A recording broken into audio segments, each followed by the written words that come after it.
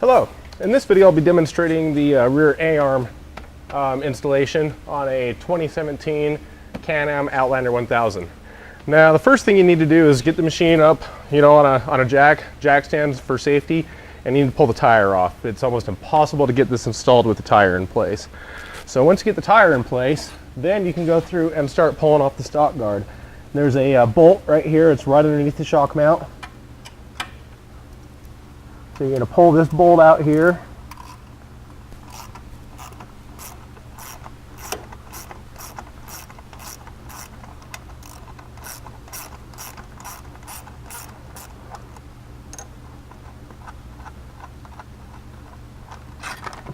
And the thing will pretty much kind of just fall off.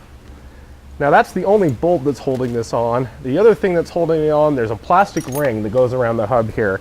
Now, it kind of depends. It can be easy or it can be hard. If you want to save your stock plastic guard, you actually need to pull the hub off of the machine to get this plastic guard off. If you're not worried about saving the plastic guard, you can save yourself the hassle of pulling the hub off and you can just cut it. Since this isn't going to be saved, I'm just going to cut it. Once you get it cut, you can just pull it off. But like I say, if you want to save this without cutting it, the hub actually has to come off the machine. So once you get the stock guard off, you can go ahead and start mounting the hardware for our plate. And the first thing, it's going to be this channel bracket here. And it's going to be the two small 6mm nuts and bolts that we provide to mount that. You're going to put the bolt from the inside going out like that. And this bracket slides in between, and then get the bolt in and get a nut started on it, and then come back and do the same thing on the other side.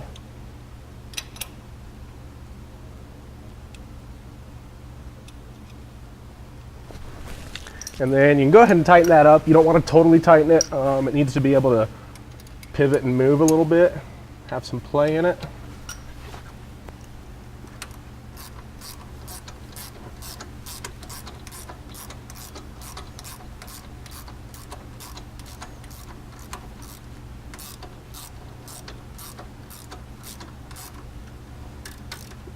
And again, I want it to be able to pivot and move. The other side, actually it's a lot easier if you have two 10mm wrenches. I don't, so I'm just going to have to use the one. But I'm just going to use a channel lock to hold that nut. Like I say, if you have two 10mm, preferably a ratcheting, makes that a little bit easier, but you can get it done this way too.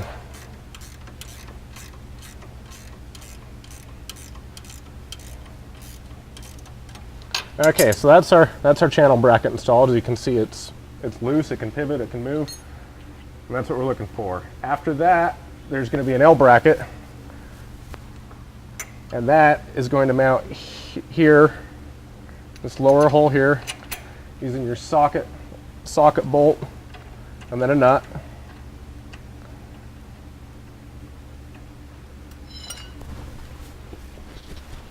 And on that one,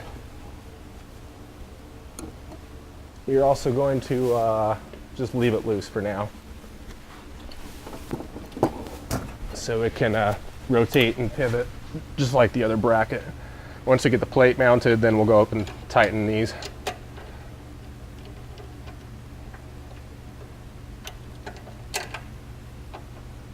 Okay, so nice and free, it can move, it can pivot. Now you're ready to actually install your skid plate.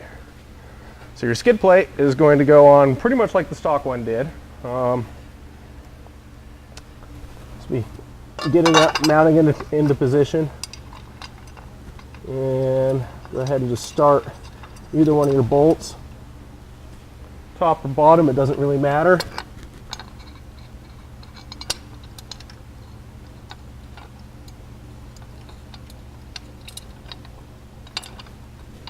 Okay, so those are loose, and then we can go through and actually tighten those bolts down now, and then we'll go back and tighten the bracket down after we get those done.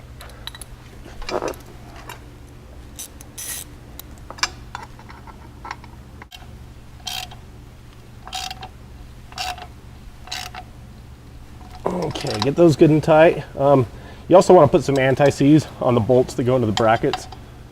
The nuts have a locking feature, and anti-seize helps with the installation, and then also if you ever need to pull it off for any reason, it'll help from keeping it get rusted and corroded.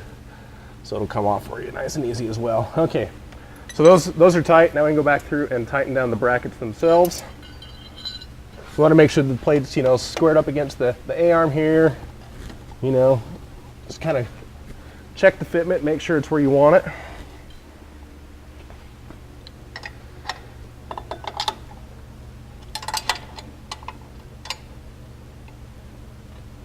And tighten down that bracket.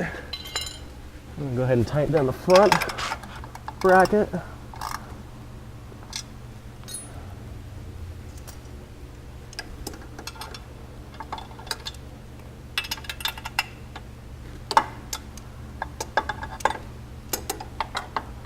Like I say, if you have two 10 millimeters, it makes this a little easier.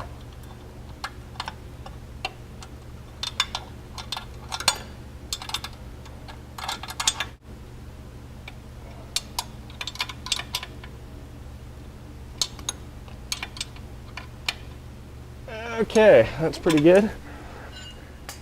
And that pretty much completes the installation. As you can see, you've got a nice hard aluminum piece here. You know, it's not going to flex and move like the plastic will. Protect this CV boot from any, you know, rocks, brush, things like that. So it's much better setup than stock.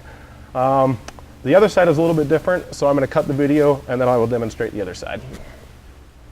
Okay, in this video, it's just the exact same thing on the other side of the machine. Like I said, there are a couple differences. The main difference is you have the brake caliper on this side. There's no brake caliper on the other side of the machine. So the first thing to do after getting your stock piece off, the stock one is already off this machine. It's the same deal where you're gonna unbolt it here and then either take your hub off if you want to save the plastic, or if you don't care about the plastic, you can just cut it and it'll come off. So that's already taken care of on this side. I've also already got the front mount mounted on this side. So at that point, for the L bracket down here, you need to pull out the bottom bolt that's securing the brake caliper. So it's just a gold flange bolt, looks like that. So you're gonna pull that out, and then you'll grab your bracket.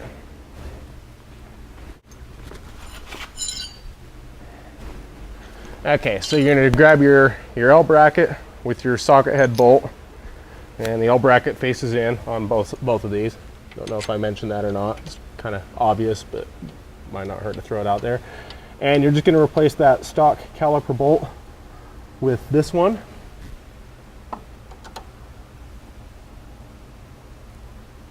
And again, you don't want to get it super tight. You want to have that pivot or whatnot a little bit, just for adjustability, to be able to get the plate in.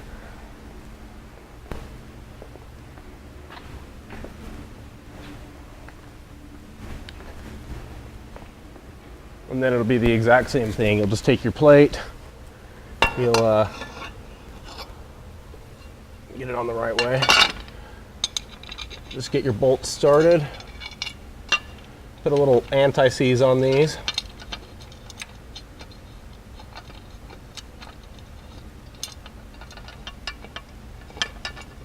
Come on, catch a thread. There we go. And come back and start this bolt.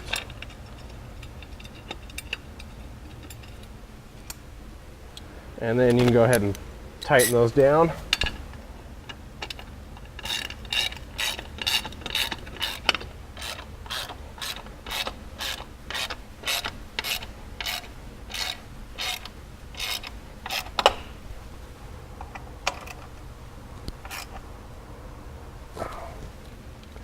We'll tighten this back one down here.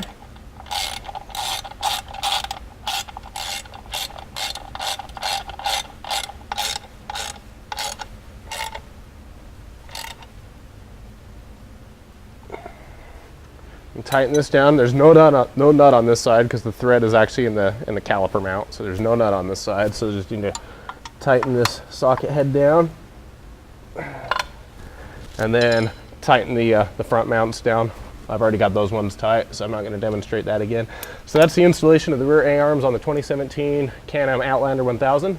Like I say, nice aluminum, You know, none of that plastic stuff that's just going to break and, you know, fall off the machine and not really do a whole lot for you. So there it is. Thanks for watching.